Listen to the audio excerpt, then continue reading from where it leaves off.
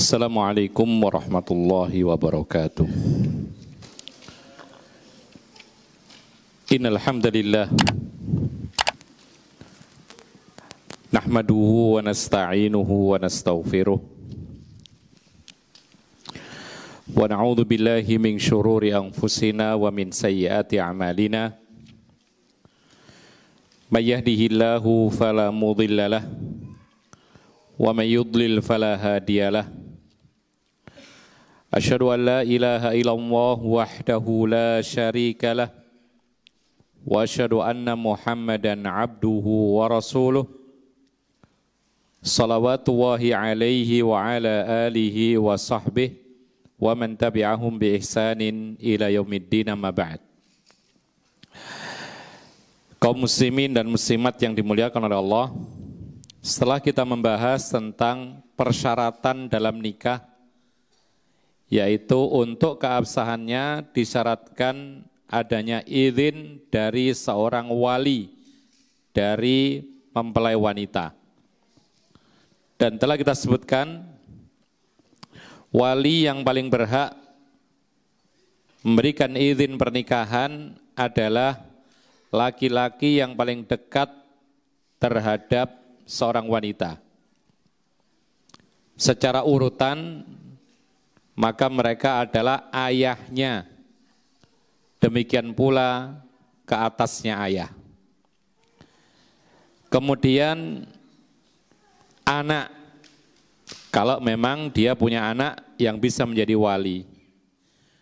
Lalu saudara-saudara kandung, kemudian saudara seayah, kemudian berikutnya baru paman-pamannya. Maka telah kita sebutkan tentang persyaratan wali dalam pernikahan. Sehingga ketika tidak ada wali atau tidak ada izin dari wali, maka pernikahan seorang wanita, apalagi wanita menikahkan dirinya sendiri tanpa wali, maka nikahnya batal, kata Rasulullah SAW. Berikutnya kita akan membahas tentang ridho dari wanita yang akan dinikahkan. Ini termasuk juga syarat. Termasuk syarat sahnya pernikahan, yaitu ridhonya seorang wanita. Demikian pula laki-laki. Laki-laki tidak dibahas karena biasanya yang mencari atau yang menghubungi si wanita adalah laki-laki. Maksudnya di sini adalah sama-sama ada keridhaan, kerelaan. Dan ini juga menunjukkan kepada kita bahwa ketika pernikahan itu harus ada izin wali, bukan berarti kemudian wali semena-mena menikahkan anak perempuannya. Bukan berarti wali bebas memaksa anak perempuannya untuk menikah. Tapi harus pula dimintai ridhonya, dimintai izinnya si wanita. Bagaimana caranya? Berikut akan dibahas dalam hadis Abu Hurairah, semoga Allah meridhoinya. Beliau mengatakan, Anna Rasulullah sallallahu alaihi wasallam qala, la tunkahul ayyimu hatta tusta'mara wa la tunkahul bikru hatta tusta'dzana.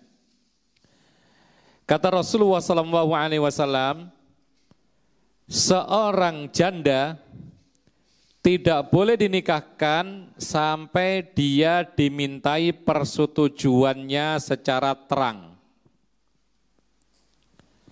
Sedangkan gadis, maka tidak boleh dinikahkan sampai ia dimintai izinnya.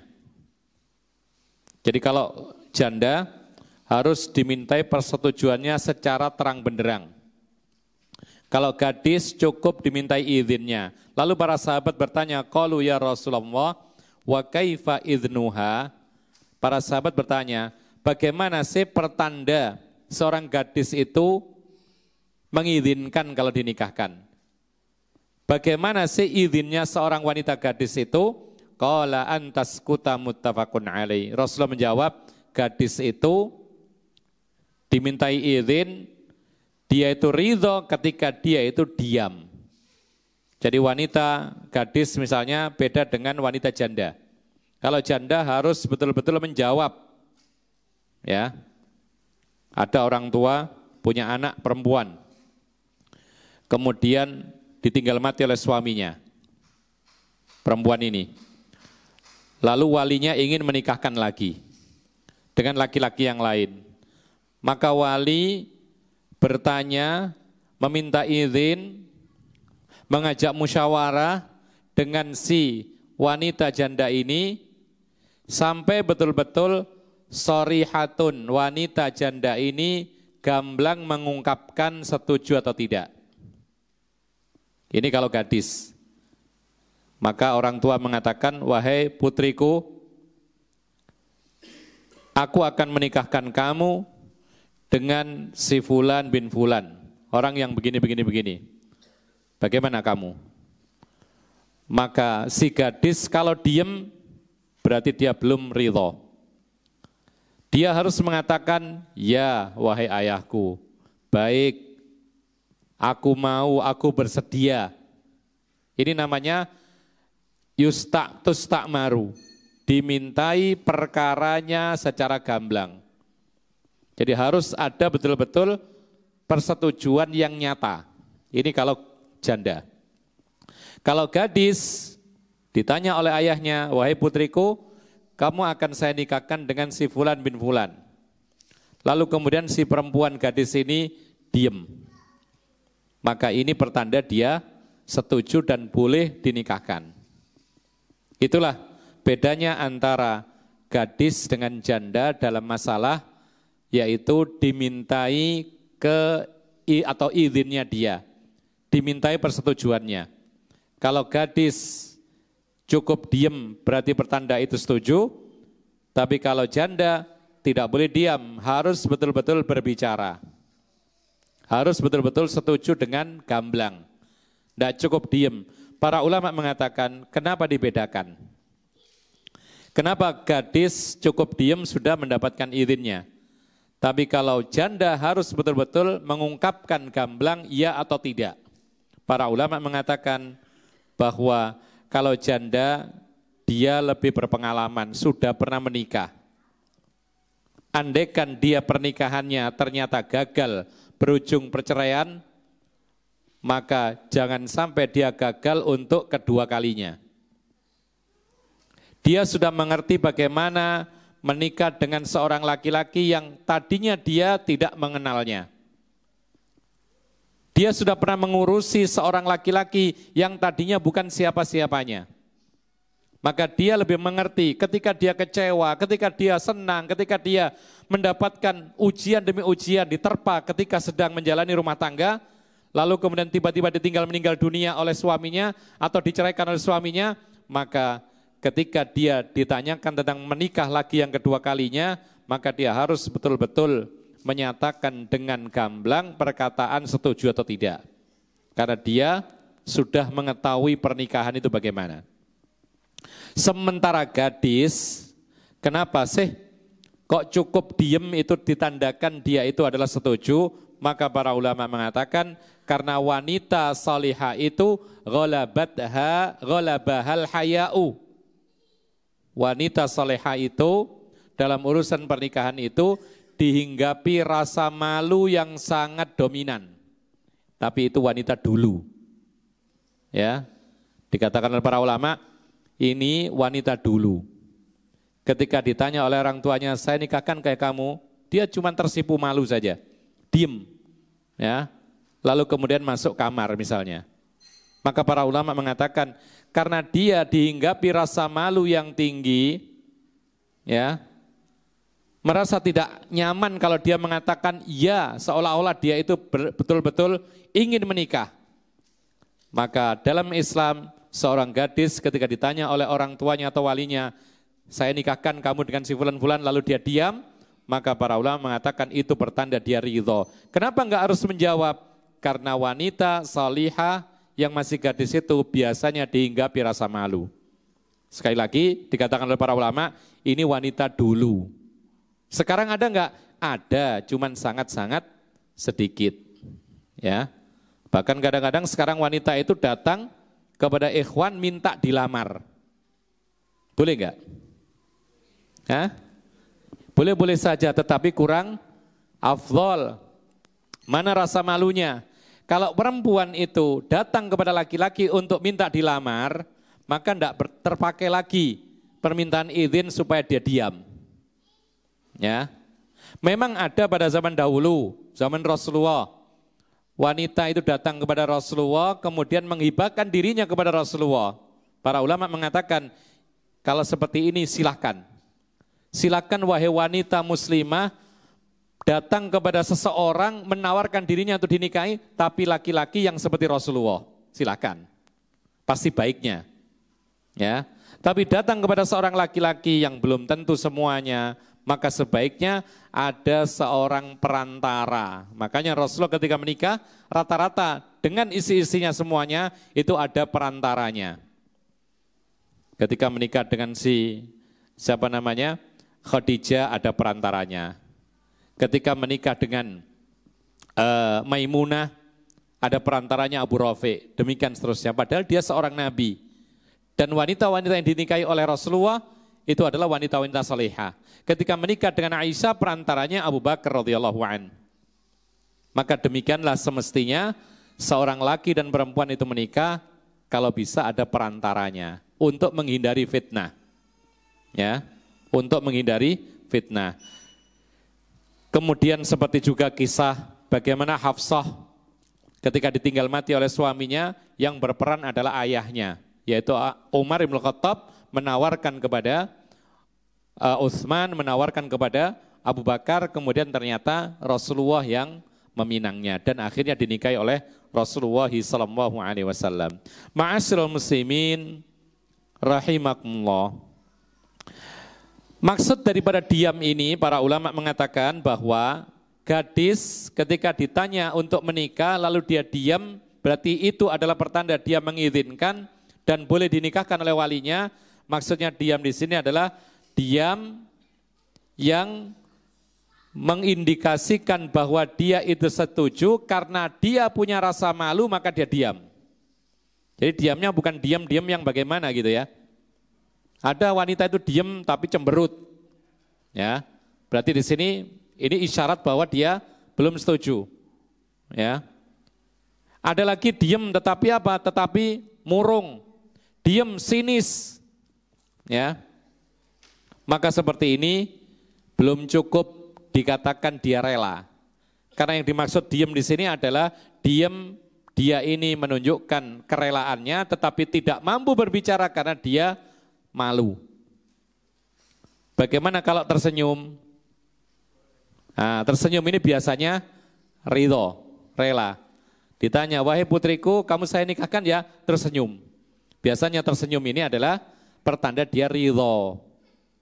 Beda lagi kalau tersenyumnya itu tersenyum yang sinis, ya, lain lagi, maka tidak boleh dinikahkan. Bagaimana kalau ditanya, wahai putriku, kamu saya nikahkan dengan si Fulan bin Fulan? Terus tertawa. Bagaimana tertawa? Dinikahkan enggak? Tertawa. Jadi dia tidak diam, tidak senyum, tapi tertawa, hahaha gitu. Saya nikahkan ya kamu ya dengan si Fulan itu loh, Fulan-Fulan. Langsung ketawa dia. Boleh enggak dinikahkan? Hah? Jawabannya dilihat tertawanya kayak apa. Karena tertawa itu ada beberapa macam. Ada tertawa itu bahagia, ya, saking bahagianya, senang, ya, berarti dinikahkan, berarti dia rela. Ada orang tertawa itu tertawa menghina, ngenyek. Nah seperti ini berarti dia belum ridho, maka tidak boleh dinikahkan. Ada lagi wanita ketika ditanya, wahai putriku, saya nikahkan kamu dengan si Fulan ya. Kemudian langsung dia menangis. Maka dinikahkan enggak kira-kira? Menangis. Dilihat menangisnya juga. Kalau menangis bahagia, wah ini berarti bahagia, senang ini. Silakan dinikahkan. Tetapi kalau menangis sedih, menangis rasa takut dan lain sebagainya, maka tidak boleh dinikahkan. Karena intinya adalah bagaimana seorang wanita itu ridho, rela ketika hendak dinikahkan. Maka di situ harus ada tanda-tanda dia itu bersedia, hanya saja dia tidak mampu berucap karena dihinggapi rasa malu. Itu yang ada. Kemudian ikhwan nafiddin, a'azzakumullah, dan ini menunjukkan kepada kita tentang masalah janda. Ternyata janda itu tetap yang menikahkan adalah walinya. Bukan berarti kemudian kalau sudah janda maka dia berhak menikah dengan siapa saja, tidak perlu izin wali. Ini tidak benar. Ya, tidak benar. Karena ternyata Rasulullah mengatakan la tungkahul ayyimu hatta tustamara. Janda itu tidak boleh dinikahkan sampai ia dimintai izinnya atau dimintai perkaranya. Maksudnya ditanya betul-betul dia mau atau tidak. Jadi ikhwan nafiddin, a'azzakumullah, sebagaimana yang lalu, wanita manapun, baik itu gadis atau janda, tidak sah nikahnya kecuali dengan izin walinya. Rasulullah sendiri mengatakan, la nikaha illa biwali, tidak sah pernikahan kecuali dengan wali. Kemarin kita sebutkan, memang ada pendapat yang membolehkan wanita dewasa yang mengerti pernikahan, boleh-boleh saja menikahkan dirinya tanpa wali. Pendapat siapa kemarin? Imam Abu Hanifah. Tetapi pendapat ini bertolak belakang dengan dalil. Dan Imam Abu Hanifah pakai dalil derajatnya ketiga. Apa itu? Pakai analogi atau kias. Sementara para ulama mengatakan kias itu tidak berlaku kalau sudah ada dalil. Karena dalil Al-Quran atau hadis lebih kuat daripada kias atau analogi. Analogi itu akal. Ya. Baik. Ma'asyiral muslimin rahimakumullah. Berikutnya wa an Ibnu Abbas radhiyallahu anhuma anna Nabiyya sallallahu alaihi wasallam qala ats-tsayyibu ahaqqu bi nafsiha min waliyha wal bikru tusta'maru wa idhnuha sukutuha, rawahu Muslim. Wa fi lafdhin laisa lil waliyyi ma'ats tsayyibi amrun wal yatimatu tusta'maru, rawahu Abu Dawud wan Nasa'i wa sahhahahu Ibnu Hibban. Dari Ibnu Abbas, semoga Allah meridhoinya, beliau mengatakan Nabi Muhammad SAW pernah bersabda, janda itu lebih berhak terhadap dirinya sendiri dibandingkan walinya. Nah, ini ada kesalahpahaman dari hadis ini. Sebagian mengatakan kalau sudah janda tidak perlu wali. Padahal perkataan Nabi adalah janda itu lebih berhak untuk dirinya sendiri dibandingkan dengan walinya. Apa itu maksudnya? Janda karena dia sudah menikah, dia mengetahui tentang pernikahan, dia berhak menolak.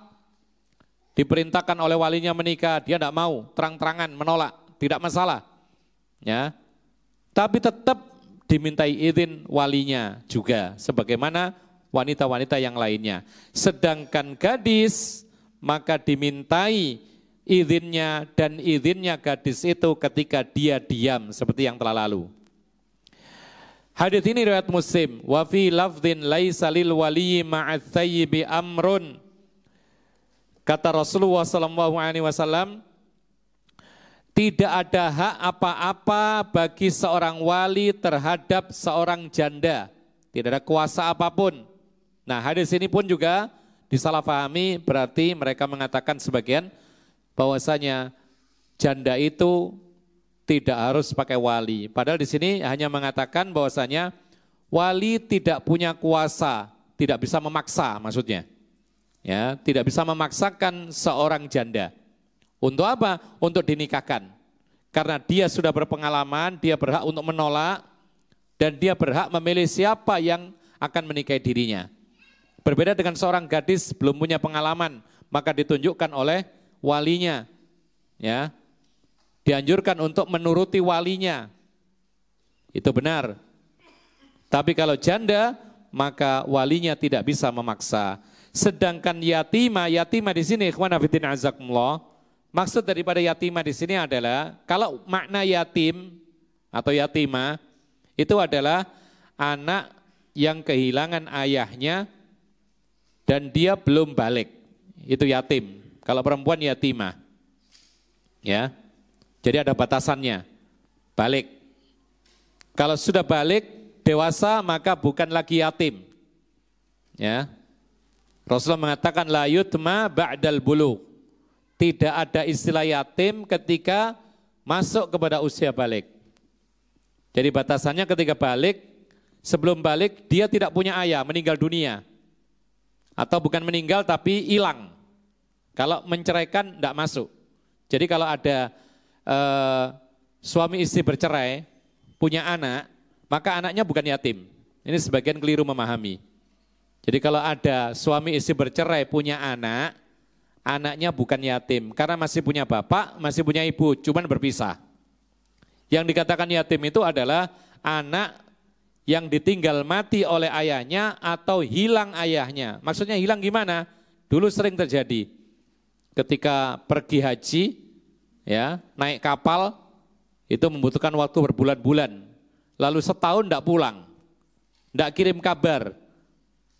Maka anak di sini dilaporkan kepada hakim mahkamah, kalau kita pengadilan agama, lalu pengadilan agama memutuskan ayahnya ini masih ada atau sudah wafat. Ya.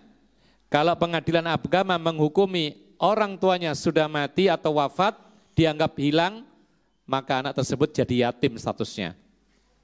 Ya. Maka istrinya boleh menikah lagi. Karena dianggap suaminya sudah mati, meskipun hakikatnya belum mati. Ternyata tersesat kapalnya ke Afrika misalnya. Maka statusnya wanita ini janda, dihukumi oleh mahkamah.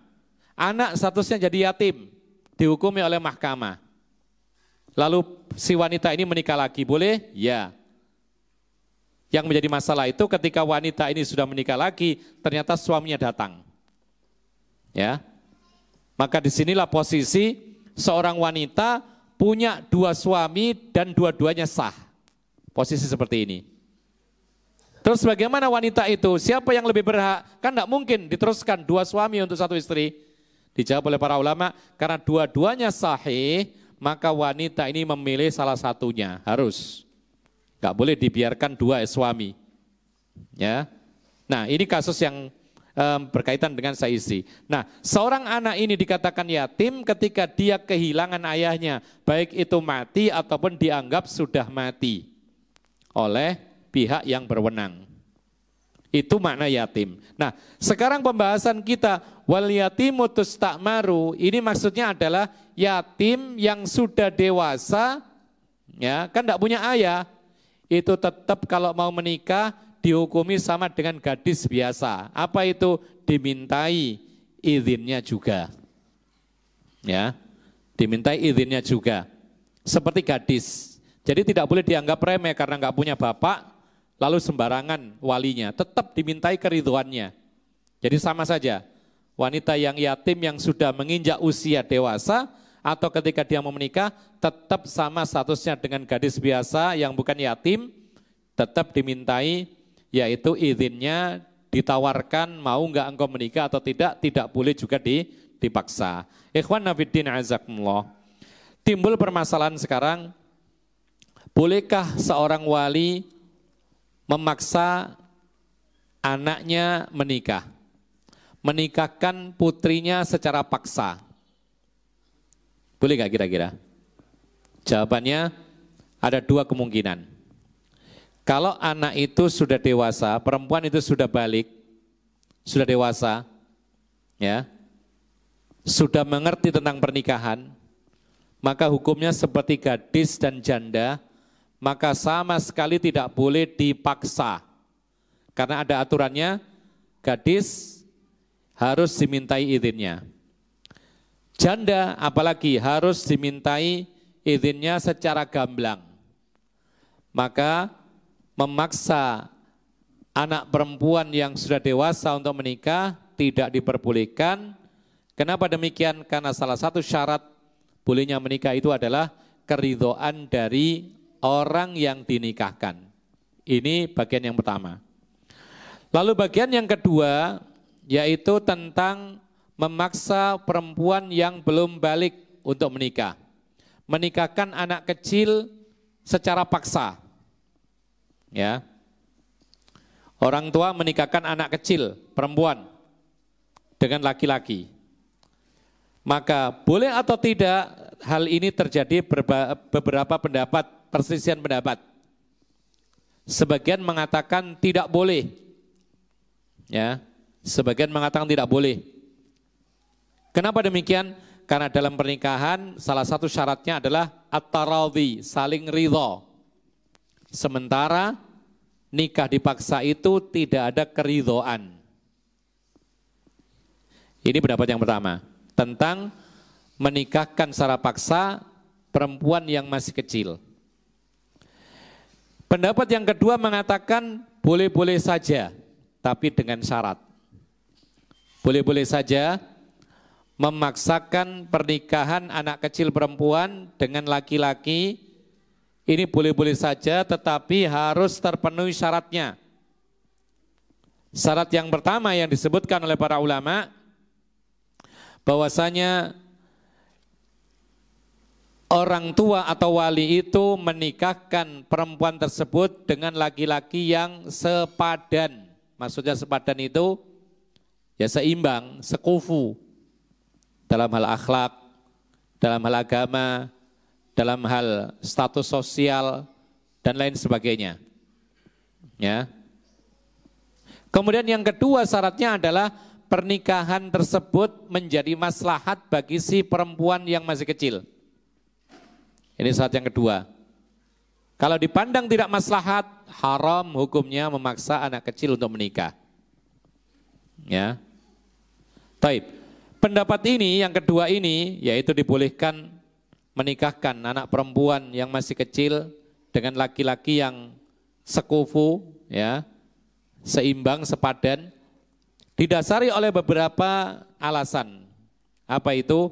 Di dalam Al-Quran, surat At-Tolak ayat 4, diisyaratkan oleh Allah adanya pernikahan wanita-wanita yang masih kecil.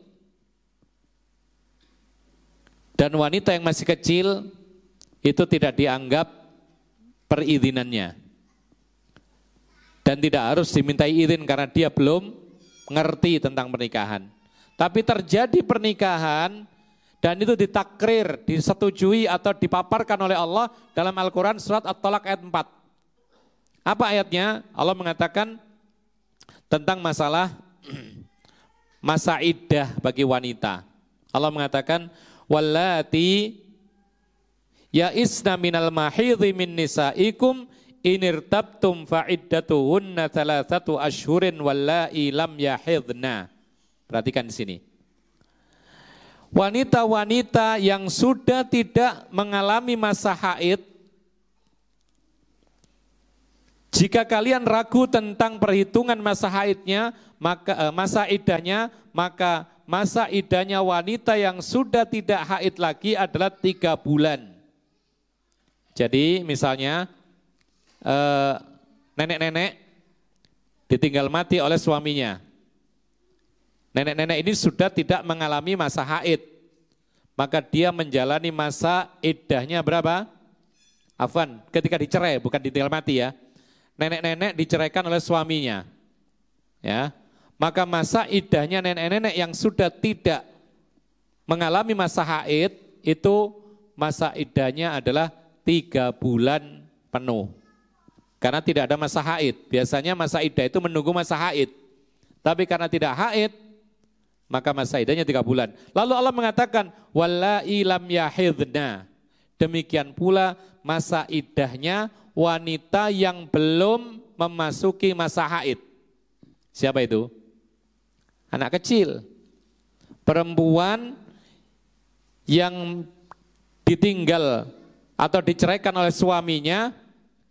Ketika diceraikan, wanita ini belum mengalami masa haid. Maka para ulama mengatakan ini menunjukkan bahwasanya ada pernikahan antara laki-laki dengan seorang wanita yang belum dewasa. Buktinya apa?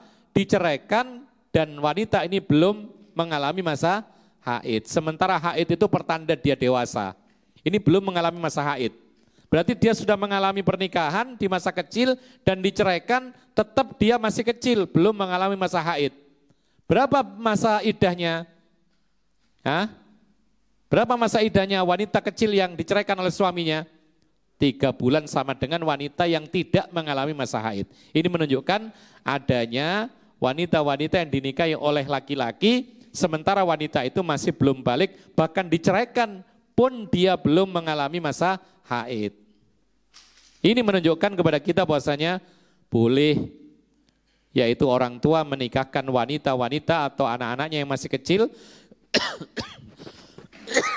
perempuan-perempuan yang masih kecil, asalkan dinikahkan dengan yang sepadan. Ya, nanti akan ada kelanjutan. Kalau misalkan dia dewasa kok tetap tidak mau, maka dia boleh memilih nanti antara dihapus pernikahannya atau diteruskan. Jadi tidak dipaksa akhirnya ujung-ujungnya. Nah, ikhwan fiddin azakumullah, hal ini dibuktikan oleh Rasulullah sallallahu alaihi wasallam. Hal ini dibuktikan oleh Rasulullah. Beliau menikahi Aisyah sementara Aisyah masih sangat-sangat belia. Pertanyaannya, umur berapa Aisyah dinikahi Rasulullah? Umur berapa? Berapa? Berapa?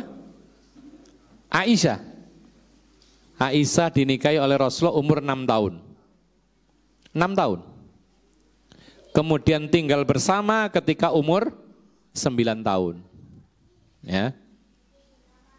Dan itu wahyu dari Allah Subhanahu wa taala. Ini menunjukkan kepada kita bahwasanya boleh menikahkan perempuan yang masih kecil asalkan dengan yang sekufu. Rasulullah, siapa yang enggak mau? Rasulullah. Tapi kalau ada orang mengatakan mungkin itu kekhususan Nabi karena dia Nabi, jawabannya tidak. Dan ternyata di zaman itu juga seorang sahabat Nabi Qudamah ibnu Mad'un, ya, Qudamah ibnu Mad'un menikahi putrinya Zubair ibn al-Awwam, dan putrinya Zubair ibn al-Awwam itu belum balik. Dilakukan oleh sahabat Nabi. Jadi para sahabat Nabi itu ketika punya anak perempuan masih kecil pun dijodohkan dengan orang-orang yang soleh. Mereka takut tidak dapat yang soleh gitu loh. Mereka pengen dijodohkan dengan orang-orang yang dijamin kesolehannya, kelihatan gitu loh. Qudamah bin Mad'un. Bahkan Ali bin Abi Thalib itu punya anak perempuan, ya, namanya Ummu Kalsum atau Ummu Kulsum. Ya, itu dinikahkan dengan siapa? Antum mungkin tahu ini, sahabat yang sangat luar biasa. Jadi Ali bin Abi Thalib ini punya anak perempuan masih kecil namanya Ummu Kulsum, dinikahkan dengan sahabat yang luar biasa. Siapa itu? Umar ibnul Khattab. Dia tahu bahwasanya Umar ini orang baik. Sayang kalau tak didapatkan untuk putrinya. Akhirnya dinikahkan dengan Ummu Kulsum yang masih kecil belum balik. Dan itu disahkan. Oleh karena itu ikhwan fillah azakumullah, maka para ulama mengatakan bahwa pendapat yang kuat boleh-boleh saja menikahkan anak perempuan yang masih belum balik dengan syarat dinikahkan dengan laki-laki yang sepadan atau sekufu, ya, agar menjadi maslahat di kemudian hari. Kemudian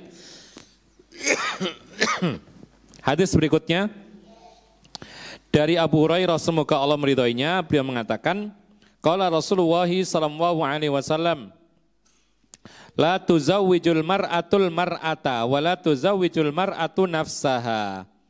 Rawahu Ibnu Majah wa Daruqutni wa rijaluhu thiqatun.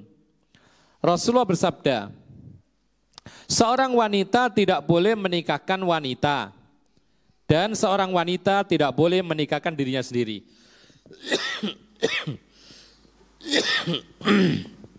Hadis ini riwayat Ibnu Majah, Daruqutni, dan para perawinya adalah perawi-perawi yang terpercaya. Ini dalil yang menguatkan apa yang telah lalu, bahwasanya wanita tidak bisa sama sekali menjadi wali, baik untuk dirinya sendiri atau untuk wanita lain. Karena pernikahan ini, wilayatun nikah itu letaknya pada seorang laki-laki. Sama saja apakah walinya mengizinkan atau walinya tidak mengizinkan, tetap yang menikahkan adalah laki-laki, bukan seorang wanita. Ya. Kemudian ikhwan fiddin, a'azzakumullah, adapun tentang persyaratan wali, maka kita telah sebutkan kemarin. Ya, di antara persyaratannya, ya, yaitu seorang wali ini laki-laki dari pihak laki-laki, kemudian laki-laki itu terpercaya, laki-laki yang bukan pembohong, dan yang seterusnya. Disebutkan oleh sebagian para ulama, al-adl. Al-adl itu adalah, yaitu terpercaya dalam agama dan akhlaknya. Terpercaya. Jadi dalam masalah muamalahnya baik, perkataannya tidak dusta, ya. Kemudian dia punya perangai yang baik, maka itu yang berhak menjadi wali. Kemudian ikhwan fiddin a'azzakumullah, hadis yang berikutnya, wa an Nafi' an Ibni Umar radhiyallahu anhu maqal. Dari Nafi' Ibnu Umar, semoga Allah meridhoinya. Dia mengatakan, naha Rasulullah SAW anis syighar. Rasulullah melarang nikah syighar. Wa syigharu an yuzawwijar rajulu ibnatahu ala an yuzawwijahul akharu ibnatahu wa laisa bainahuma shadaq, muttafaqun alaih. Wattafaqa min wajhin akhar ala anna tafsir asy-syighar min kalami Nafi'. Dia mengatakan syighar itu adalah seorang laki-laki menikahkan anaknya dengan syarat laki-laki lain yang dinikahkan itu dinikahkan dengan dirinya atau dinikahkan dengan putrinya, sedangkan tidak ada antara keduanya itu mahar. Hadis ini muttafaqun alaih, dan yaitu disepakati dari sisi yang lain bahwa makna daripada syighar yang dalam hadis ini adalah termasuk perkataannya Nafi', bukan perkataan Nabi SAW. Intinya adalah hadis ini melarang kita untuk melakukan nikah syighar. Syighar itu persilangan, nanti akan kita bahas setelah adzan. Ya, adzan isya dulu kita bahas apa itu nikah syighar. Allahu a'lam. Kita sambung kembali. Hadis ini dari Nafi' Ibnu Umar, Rasulullah SAW melarang tentang nikah syighar. Nikah syighar itu nikah persilangan yang tidak pakai mahar.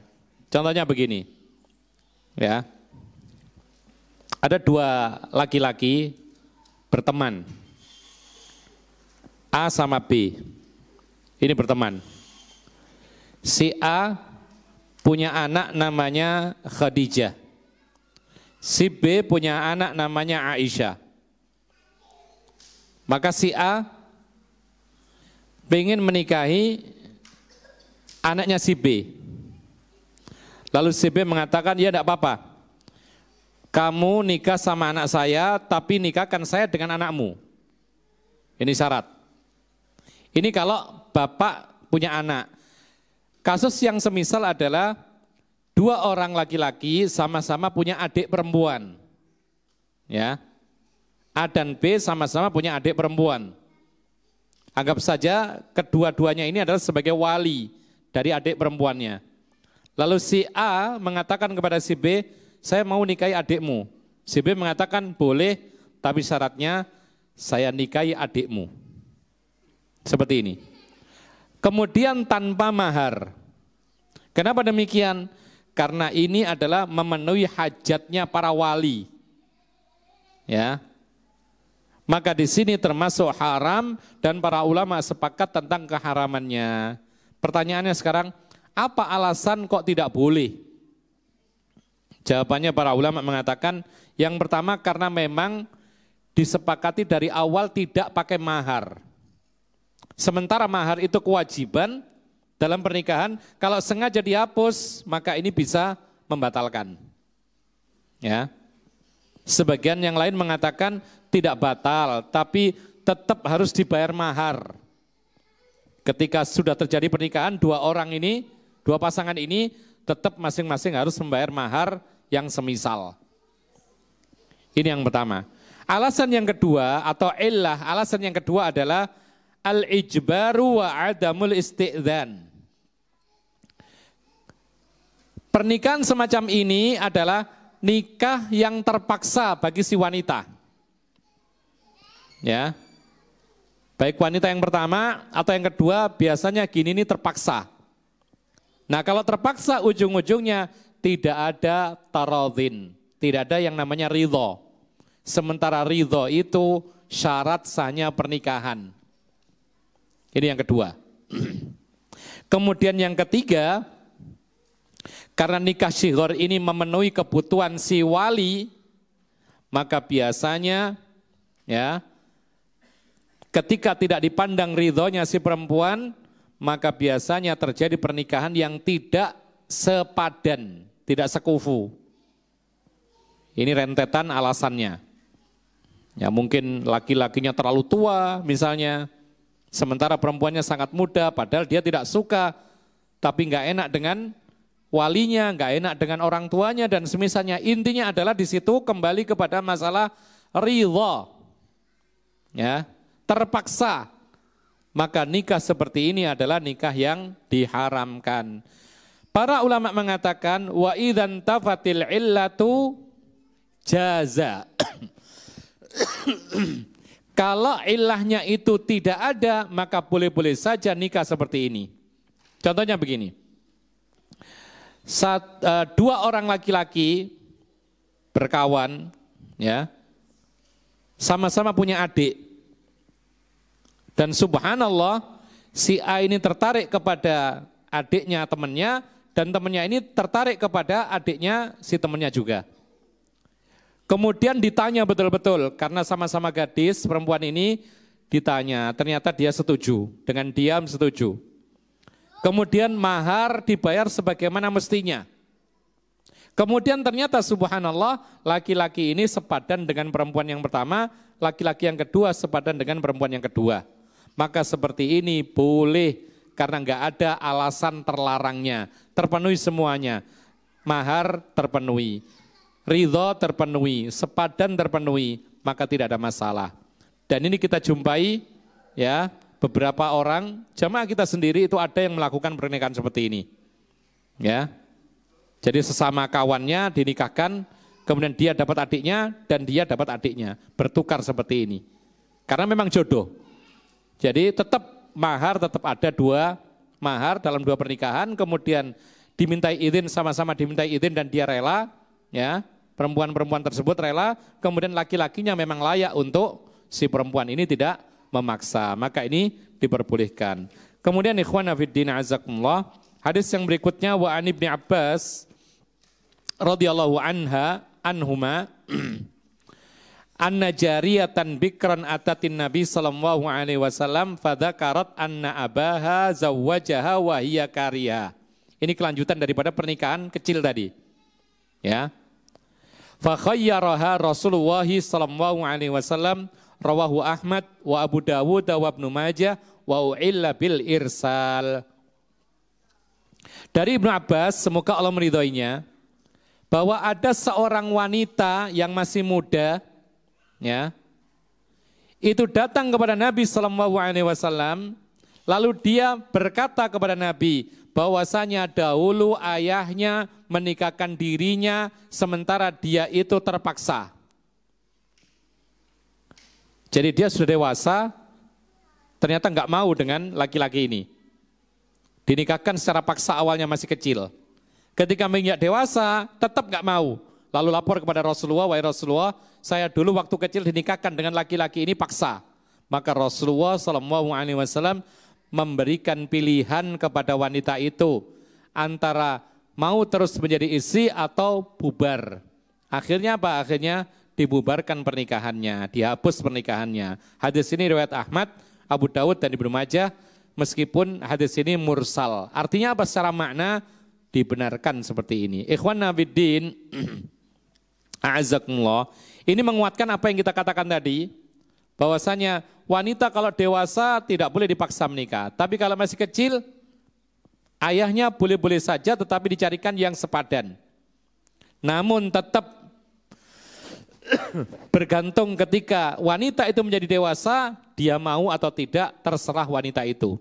Kalau mau terus, kalau tidak mau maka dibubarkan pernikahannya. Kemudian ikhwan fillah azakumullah. Bagaimana dengan cerita yang lain, istrinya Thabit ibnu Qais yang datang kepada Nabi SAW, ya, karena tidak suka dengan suaminya. Disebutkan dalam hadis bahwasanya Thabit ibnu Qais ini adalah laki-laki yang damimul wajhi, yaitu ya kita terjemahkan apa adanya ya. Damimul wajhi itu jelek rupanya. Sampai dalam hadis itu dikatakan, wahai Rasulullah, sampai aku itu apabila bertemu dengan dia seolah-olah ingin meludahinya, sampai begitu. Ya. Nah, ketika datang kepada Rasulullah SAW, dia tidak suka menjelaskan, tidak suka kepada suaminya. Rasulullah tidak membubarkan pernikahan, ya. Tapi Rasulullah memberikan solusi, yaitu apa? Mau nggak kamu itu mengembalikan mahar yang telah diberikan kepadamu dulu, sehingga dipisahkan secara resmi. Rasulullah memberikan tawaran khulu', yaitu minta untuk berpisah dengan tebusan mengembalikan mahar. Saat itu Thabit ibnu Qais memberikan mahar kebun kurma, mahal sekali kebun kurma. Jadi begitu para sahabat Nabi itu ya, dalam masalah mahar memang tidak ada batasan dan tidak boleh menyulitkan diri. Tapi ketika mereka mampu, mereka tidak segan memberikan sesuatu yang berharga, mahal. Ya, ngasihkan kebun kurma seperti Thabit ibnu Qais. Nah, kemudian si wanita ini mengatakan, wahai Rasulullah, aku mau mengembalikan kebun kurma milik Thabit bin Qais, yang penting aku berpisah.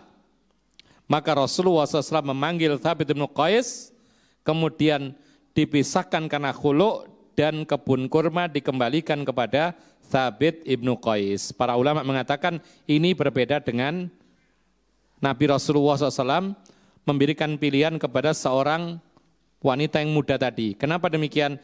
Kalau Thabit, kisahnya istrinya Thabit bin Qais ini tidak dipaksa, nikah sukarela.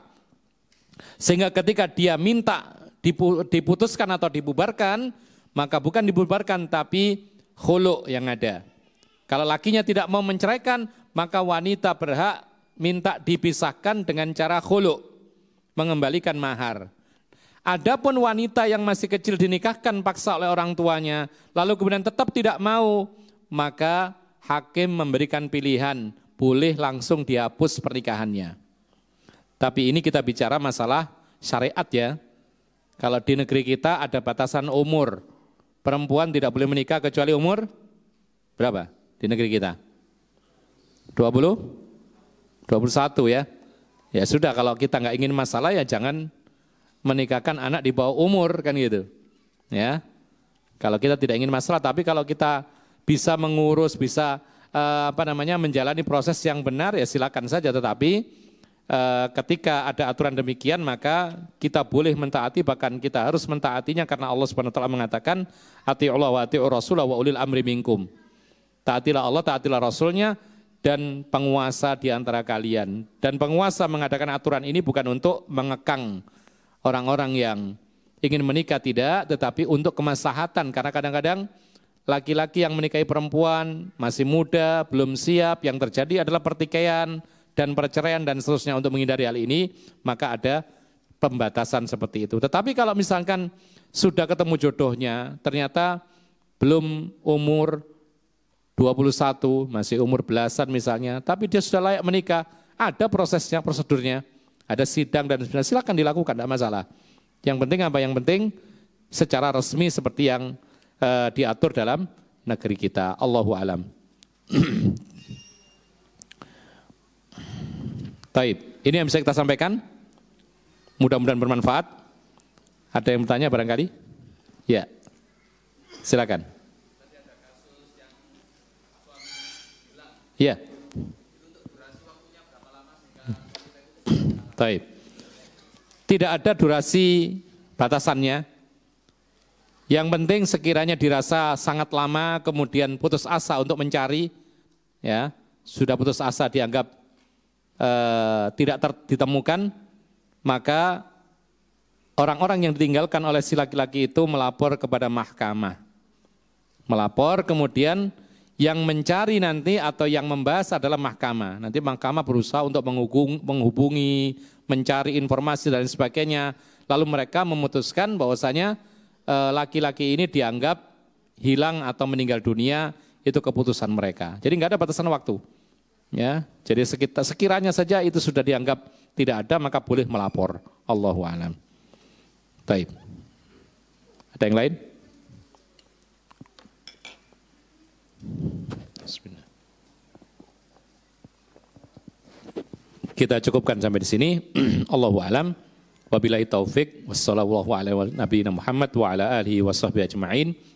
Wa subhanakallahumma bihamdika asyhadu an la ilaha illa anta astaghfiruka wa atubu ilaik. Assalamualaikum warahmatullahi wabarakatuh.